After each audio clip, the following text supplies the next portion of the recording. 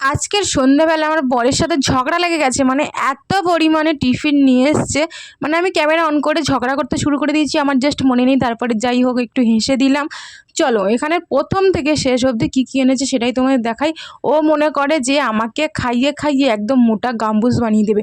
যাই হোক চলো বেশি না কথা বলে দেখিয়ে দিই তোমাদের কী কী নিয়ে এসেছে। প্রথমেই এখানে আছে দেখো মশলা মুড়ি। এরকম মশলা মুড়ি একটা আনলেই সন্ধ্যাবেলা টিফিন হয়ে যায়, তা না।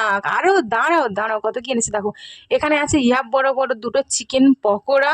তারপরে দেখো এই ছোট প্যাকেটে এটা কি, আমি তো বুঝতেই পারিনি এটা কি। ওমা, এইটুকাই ছোট পকোড়া।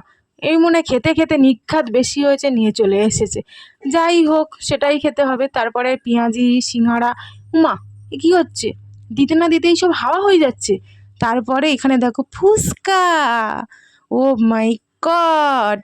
তো ফুচকা দেখে তো আর লোভ সামলানো যায় না। ফুচকাটা দিয়ে দিলাম গালের ভেতরে টপাস করে।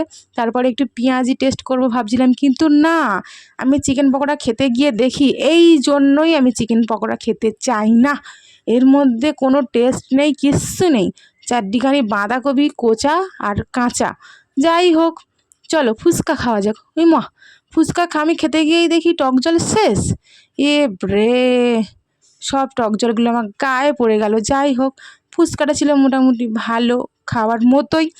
চলো আমরা খাওয়া দাওয়া করি। তোমরা সন্ধ্যেবেলা কী টিফিন খেলে বলো। আর টক জলটা একদম বেকার।